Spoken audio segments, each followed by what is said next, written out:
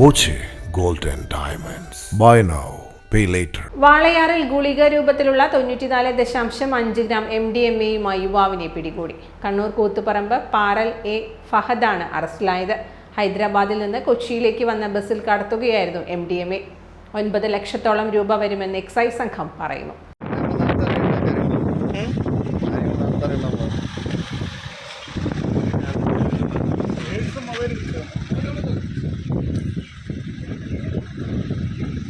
ബാംഗ്ലൂരിൽ നിന്ന് കൊച്ചിയിലെ റിസോർട്ടിലേക്ക് നിശാ പാർട്ടിക്കായാണ് കൊണ്ടുപോയിരുന്നതെന്നും എക്സൈസ് അറിയിച്ചു. Walayar excise check post inspector N Premanandakumar, assistant excise inspector V Devakumar, preventive ഓഫീസർമാരായ S സന്തോഷ്, സിവിൽ എക്സൈസ് ഓഫീസർമാരായ U സതീഷ്, R പ്രദീപ് എന്നിവരടങ്ങിയ സംഘമാണ് പരിശോധന നടത്തിയത്.